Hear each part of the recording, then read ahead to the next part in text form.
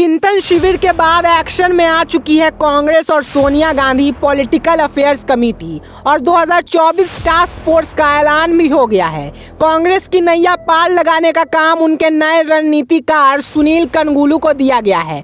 2024 task force Prashant Kishor की जगह चुनावी रणनीतिकार सुनील कनगुलू को टीम में शामिल किया गया है, जो इन दिनों कर्नाटक और तेलंगाना में कांग्रेस के लिए काम कर रहे हैं। तो कौन है सुनील कनगुलू, जिनको कांग्रेस की ट्रेन को एक बार फिर से पटरी पर लाने का काम सौंपा गया है?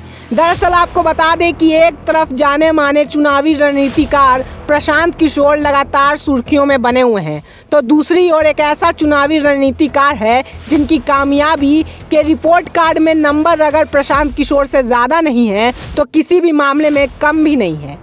इस रणनीतिकार का नाम है सुनील कनगुलू। सुनील कनगुलू यूपी में बीजेपी की 2017 की जीत के शिल्पकार रहे हैं। कनगुलू मूल रूप से कर्नाटक के हैं। उनका जन्म सूबे के बेल्लारी जिले के एक संभ्रांत परिवार में हुआ। शुरुआती पढ़ाई भी बेल्लारी से हुई। उसके बाद वह चेन्नई चले गए, जहां उनकी आगे की पढ़ाई हुई। कनगुलू बेहद लो प्रोफाइल रहकर काम करने में यकीन रखते हैं। 2014 के आम चुनावों में उन्होंने बड़ा काम किया था। आपको बता दें कि उन आम चुनावों के दौरान पहली बार जिन लोगों के चलते पेशेवर चुनावी रणनीतिकार की संकल्पना देश के सामने आई थी, उनमें किशोर और सुनील सबसे उल्लेखनीय नाम है। इन दोनों ने ही तब पीएम नरेंद्र मोदी और बीजेपी के लिए रणनीति बनाने का काम किया था।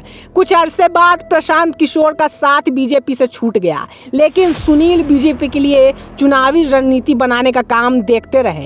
किशोर के जाने के बाद बीजेपी ने कनगुलू को एक ऐसी चुनाव सलाहकार फर्म बनाने का जिम्मा सौंपा जो किशोर और उनकी फर्म आईपैक को टक्कर दे सके।